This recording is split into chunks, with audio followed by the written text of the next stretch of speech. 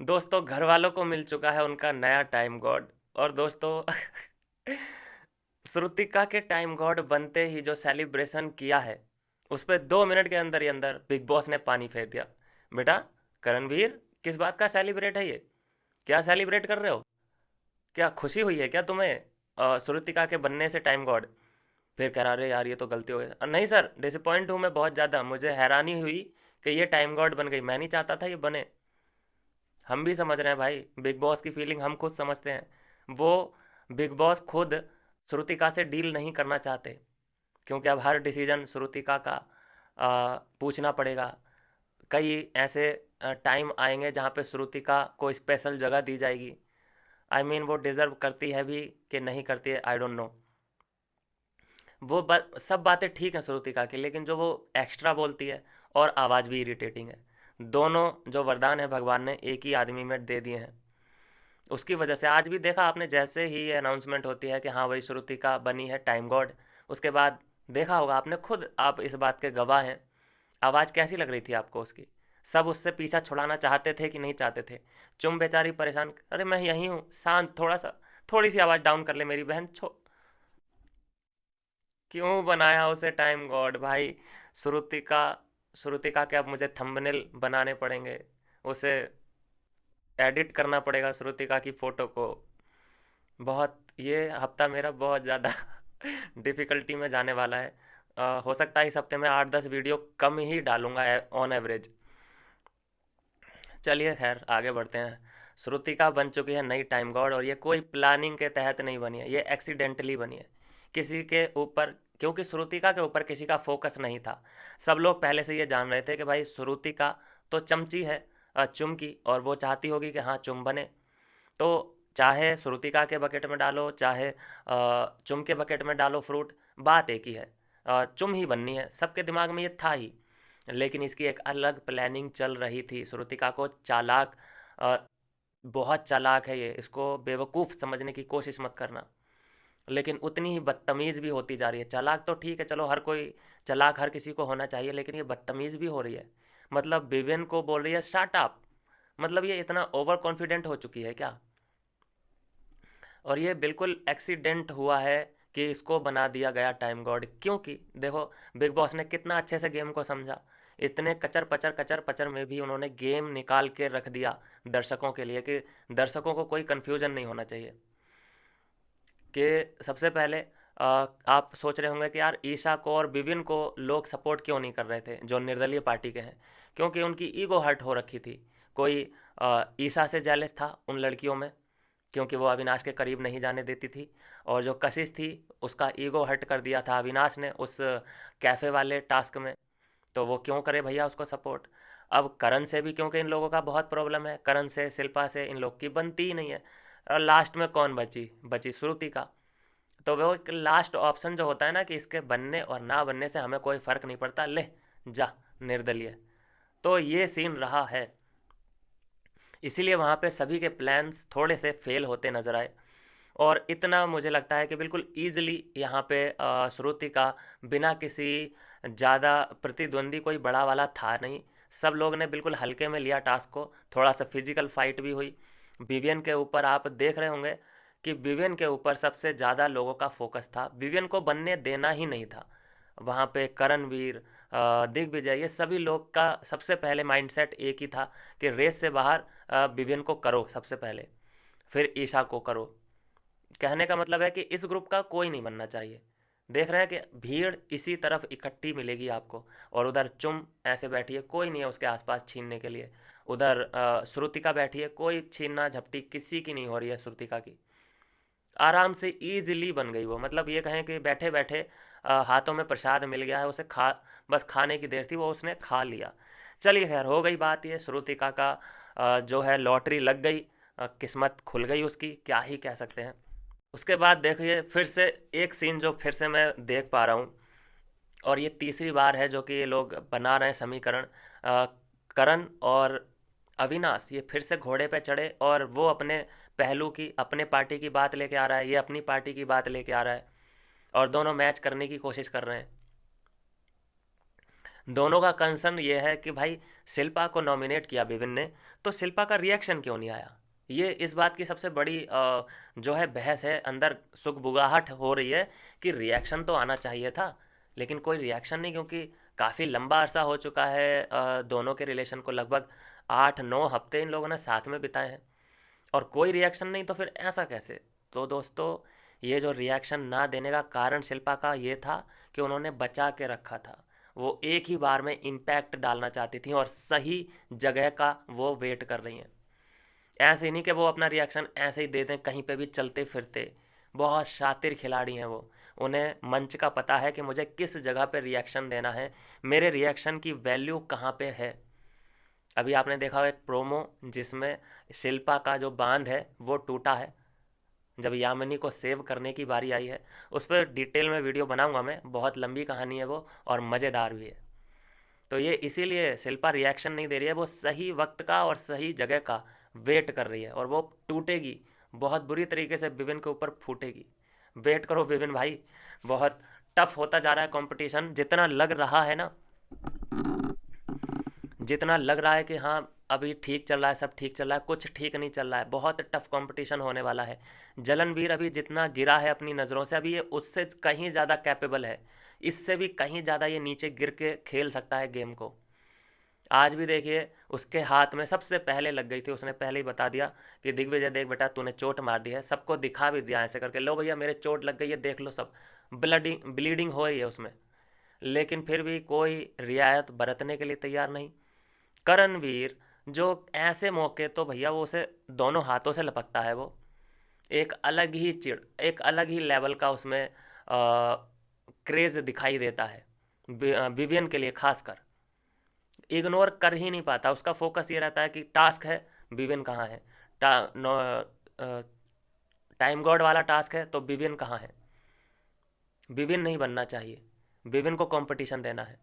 इतनी इनसिक्योरिटी क्यों भाई।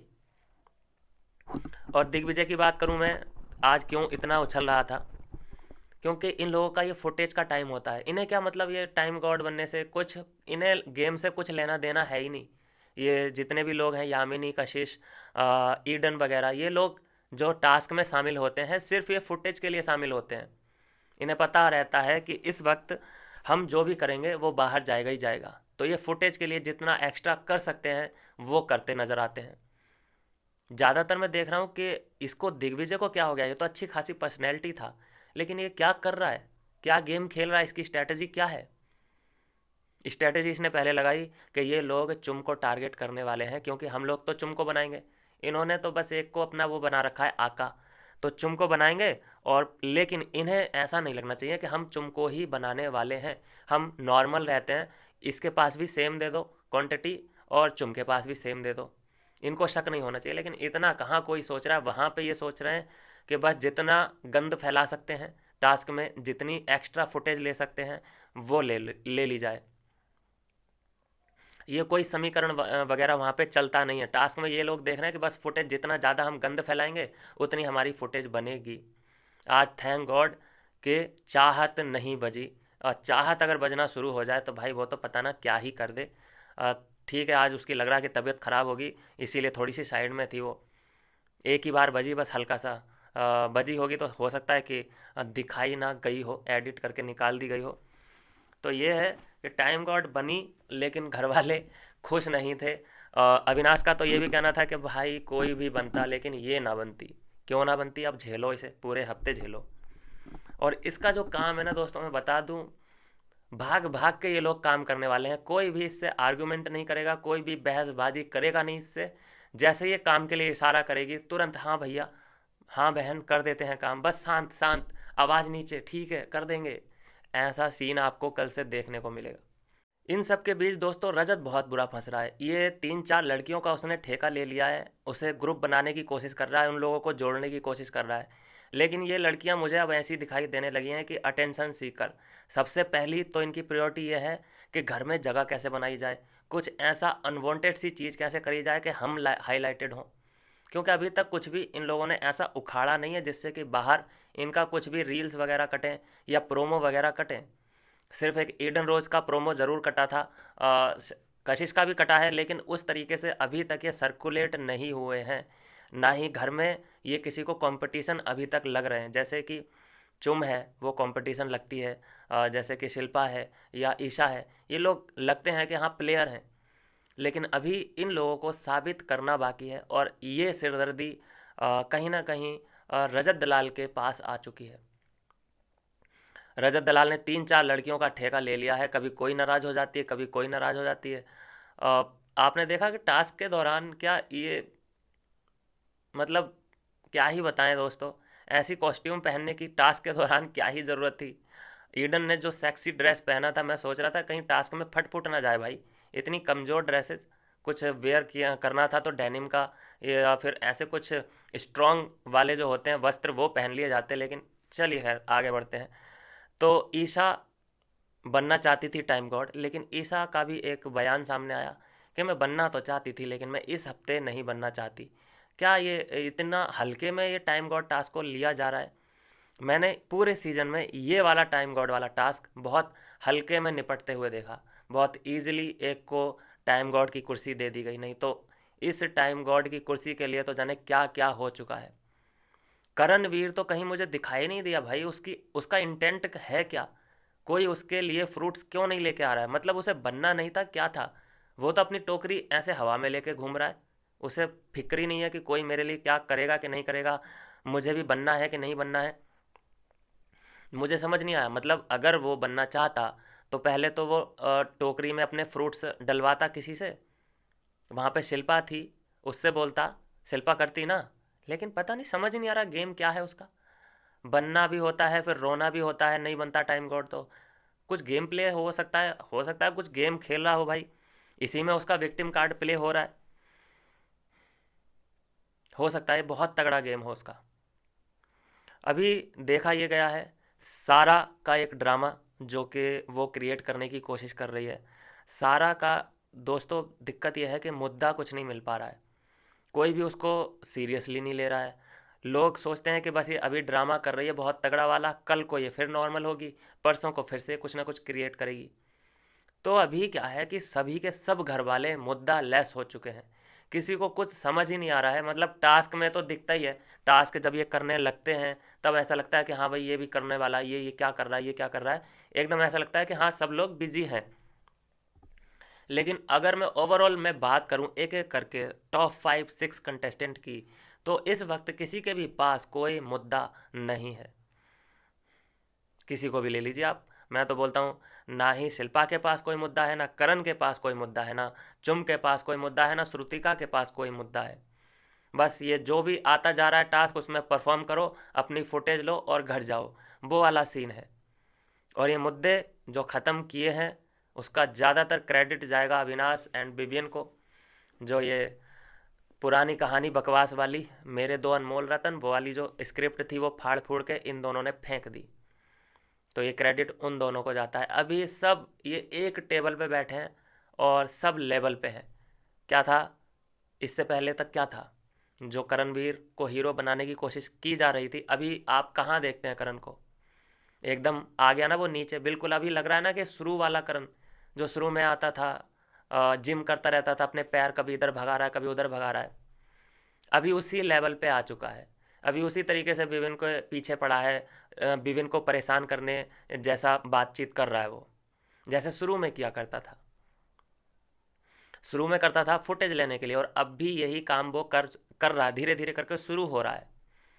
तो अभी लग रहा है कि हाँ सब लोग अभी बराबर टेबल पे बैठे हैं। लेकिन विविन को ठीक है, थोड़ा सा एक्स्ट्रा परेशान करने की कोशिश घर वाले कर रहे हैं। विविन के पीछे इस वक्त कौन कौन अगर मैं कहूँ पड़ा है, तो एक सारा पड़ी है, विविन के पीछे पड़ी है बहुत बुरी तरीके से। क्यों पड़ी है आई डोंट नो, क्या चाहती है आई डोंट नो। फुटेज चाहिए तो इतनी गंदी सी फुटेज क्यों लेना चाहती है, क्यों बजना चाहती है? शिल्पा है, वो तो बहुत बुरी तरीके से पड़ी है, वो तो मन में मूर्ति बनाए हुए है विवेन की, और वो कब फटेगी देखना पड़ेगा, कौन से मौके पे फटेगी ये भी देखना पड़ेगा। करणवीर उसको ले लो तो वो भी बिल्कुल उसका सबसे मेन मुद्दा विवियन है। उसके बाद अविनाश या ईशा आता है, लेकिन नंबर 1 पे अगर करण किसी को मानता है अपना दुश्मन या कंपटीशन, तो विवेन उसके जहन में सबसे पहले आता होगा। अगर मैं दिग्विजय की बात करूं तो उसके दिमाग में भी सबसे पहले विविन है। तो ऐसा तो नहीं है कि ये विविन वर्सेस ऑल की लड़ाई अब शुरू हो चुकी है, और जबकि वो टास्क में आज कमज़ोर दिखाई दिया है। मतलब विभिन्न ने कुछ इतना एफर्ट, मतलब वो बिल्कुल ऐसा लगा मुझे आज कि जैसे हेल्पलेस। मतलब अविनाश ने हेल्प करने की कोशिश करी, वो बिल्कुल ऊपर आ गया था उसके। ईसा ने भी हेल्प करने की कोशिश करी, लेकिन आज लग ऐसा रहा था जैसे कि आज वाकई विवेन को हेल्प की ज़रूरत है। तो ये सिनेरियो तो कुछ कुछ ऐसा बनता नज़र आ रहा है। बाकी जो वाइल्ड कार्ड एंट्रियां हैं वो तो बिखरी हुई हैं, उनसे कोई मतलब नहीं, लेकिन उसका जो वो वाला ग्रुप है, करणवीर का पूरा ग्रुप, वो विवियन पे अटैक करने का सोच रहा है, विवियन के बारे में ही सोच रहा है। अविनाश से थोड़ा सा ध्यान भटक रहा है। जैसे चुम का सबसे पहले टारगेट अविनाश हुआ करता था, करण का भी सबसे पहला टारगेट अविनाश ही हुआ करता था, लेकिन अभी धीरे धीरे करके ये शिफ्ट हो रहा है विवियन पे। तो ये मैं कहूँगा कि अपने लिए थोड़ी सी आसानी अविनाश ने पैदा तो कर ली है। ये बातचीत शुरू करके जो कॉरिडोर खोला है, करण और अविनाश कॉरिडोर, इसमें ये जो बातचीत कर लेते हैं फ़ायदा तो हुआ है, लेकिन इस बात का नुकसान भी हो सकता है। अगर अविनाश को ये लोग अटैक नहीं करेंगे, अविनाश को ये लोग समझेंगे कि अरे ये तो हमारे लिए थ्रेट ही नहीं है, तो फिर अविनाश के लिए थोड़ा सा यहाँ पे गेम स्लो हो सकता है, क्योंकि वो खुद चाहता होगा कहीं ना कहीं कि भाई इन लोग से दुश्मनी मेरी बनी रहे तो अच्छी बात है, ये लोग से दोस्ती करके तो मुझे कोई फ़ायदा नहीं है। ये तो बिग बॉस जैसे शो में तो भाई दुश्मनी करने में ही फ़ायदा है, ये बात तो हम सभी जानते ही हैं। आज चुम और विवियन की कॉन्वर्सेशन में देख रहा था, जहाँ पे चुम प्रियोरिटी के बारे में बात कर रही थी। सॉरी, विवियन भी कहता नज़र आ रहा था कि तुम्हारी जैसे कि प्रियोरिटी में कौन कौन है, करण है, शिल्पा है, लेकिन विवियन ने अपनी प्रियोरिटी नहीं बताई, डिस्कस नहीं किया। अभी जैसा कि चुम का मानना है कि तुम्हारी फर्स्ट प्रायोरिटी कौन हो सकता है, ईसा हो सकता है या अविनाश हो सकता है, और उधर अविनाश ने भी यही बोला कि मेरी फर्स्ट प्रायोरिटी ईसा है। तो बेसिकली ये चुम को कंफ्यूज करना चाहते हैं, चुम को थोड़ा सा मिसअंडरस्टैंडिंग क्रिएट करना चाहते हैं चुम एंड करण के बीच में, जो कि ये कभी नहीं कर पाएंगे। वो दो दिल एक जिसमें एक जान है, उन्हें आप लोग कुछ भी कहोगे, कुछ भी नैरेटिव सेट करने की कोशिश करोगे, तो इसका मतलब ये है कि तुम अपनी एनर्जी वेस्ट कर रहे हो। चुम करण के लिए ही है, ऐसा मान के चलो। करण चाहे एक बार को पीछे मुड़ के चुम को ना देखे, लेकिन चुम करण के बिना नहीं रह सकती। आपने देखा ना आज का सीन भी कितना गंदा सा सीन था, किसी किसी के लिए फ़नी हो सकता है, मेरे लिए तो फ़नी बिल्कुल नहीं था। करण नहा रहा है, ये नॉक करती है, अंदर है क्या तुम, अंदर है क्या, लो मैं तुम्हारे लिए केला लेके आया है। बाथरूम में वो है, जलनवीर नहा रहा है, और उसे अंदर केले की क्या ज़रूरत है, जो टॉय केला भी वो ओरिजिनल नहीं था, वो टॉय था। आई मीन ठीक ही है, मुझे लगता है कि करण और चुम की जोड़ी, ये दोनों मेड फॉर ईच अदर ही बने हैं, दोनों की थिंकिंग मैच करती ही है। बहुत गंदे लेवल पे जाके ये सोच सकते हैं।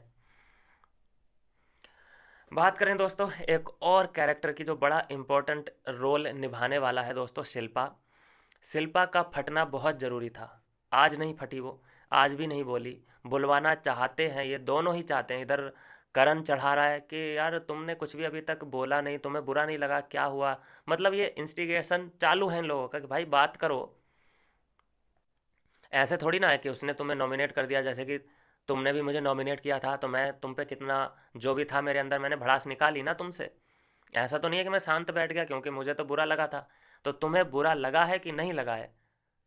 करे मेरे को बुरा लगा है, नहीं मैं डिसअपॉइंटेड हूँ, मैं थोड़ी सी हताश हूँ, मैं थोड़ी सी निराश हूँ, ये कुछ शब्दों से खेलना चाह रही है।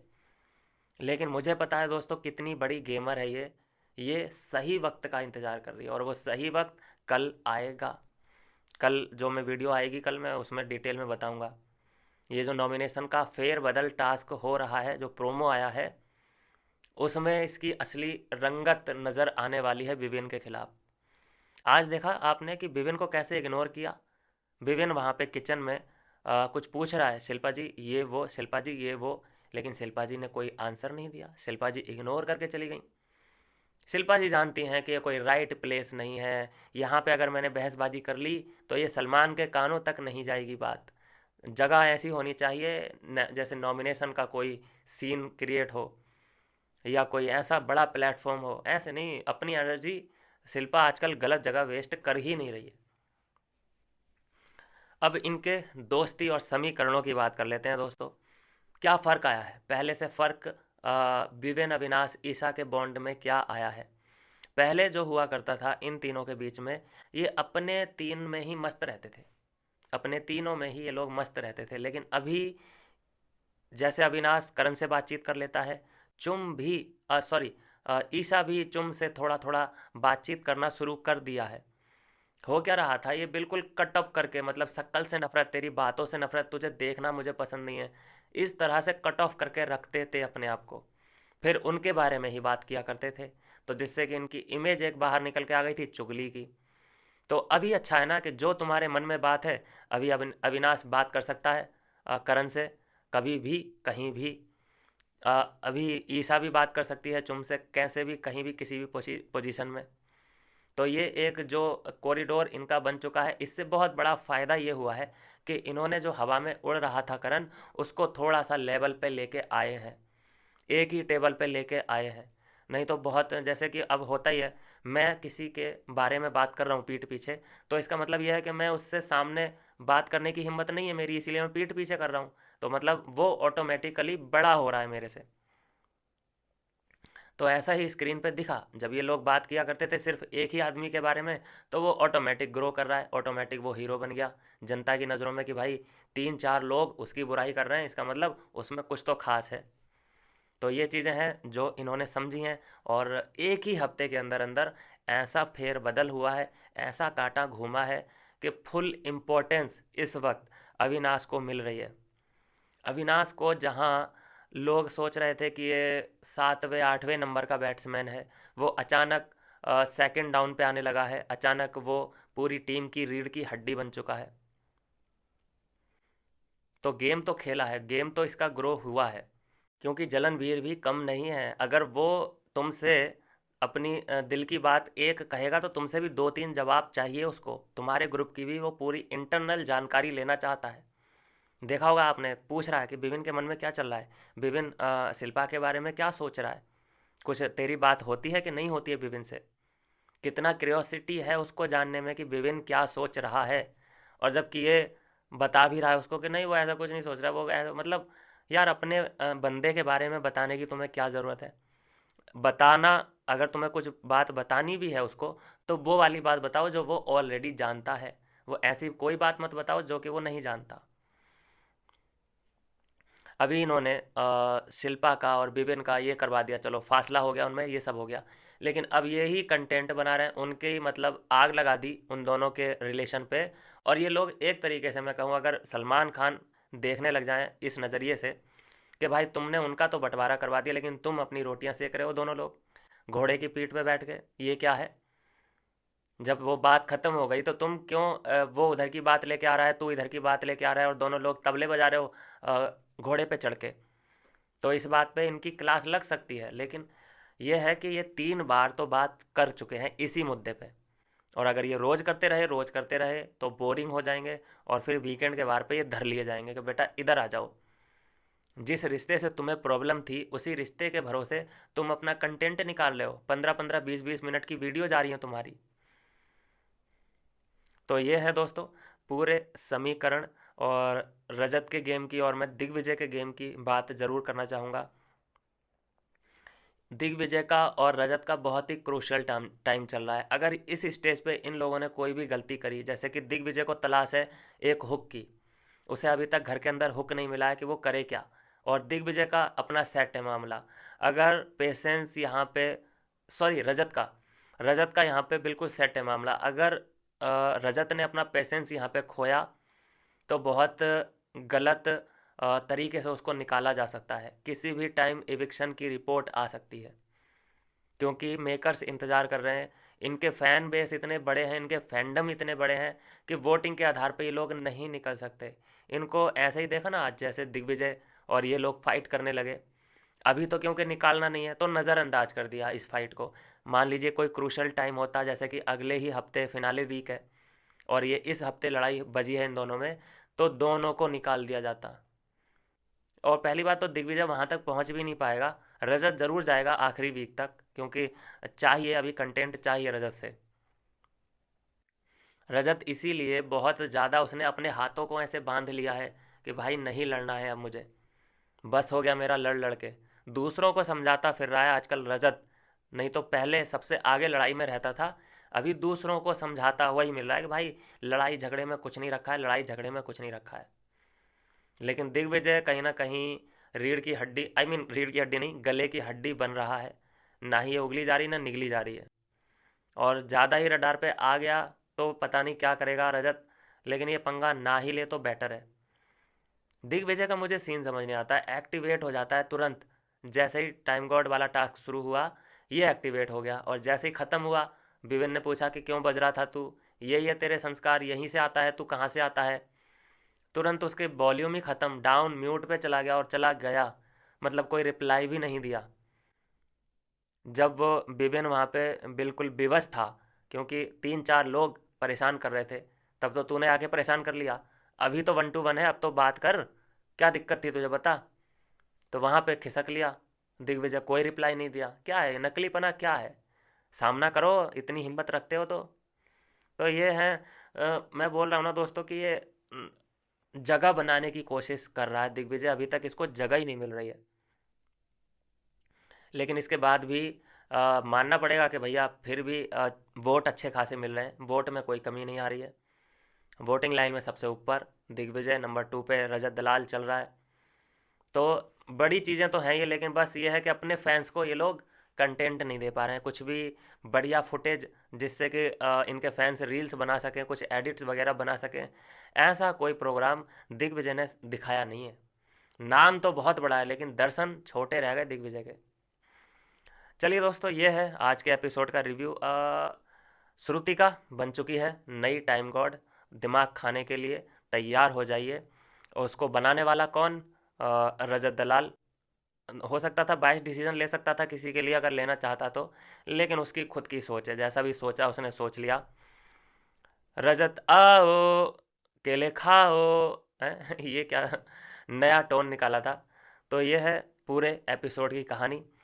क्या लगता है दोस्तों आपको, कैसा रहेगा श्रुतिका का कार्यकाल, ज़रूर कमेंट करें। मिलता हूँ नेक्स्ट वीडियो में नई अपडेट के साथ।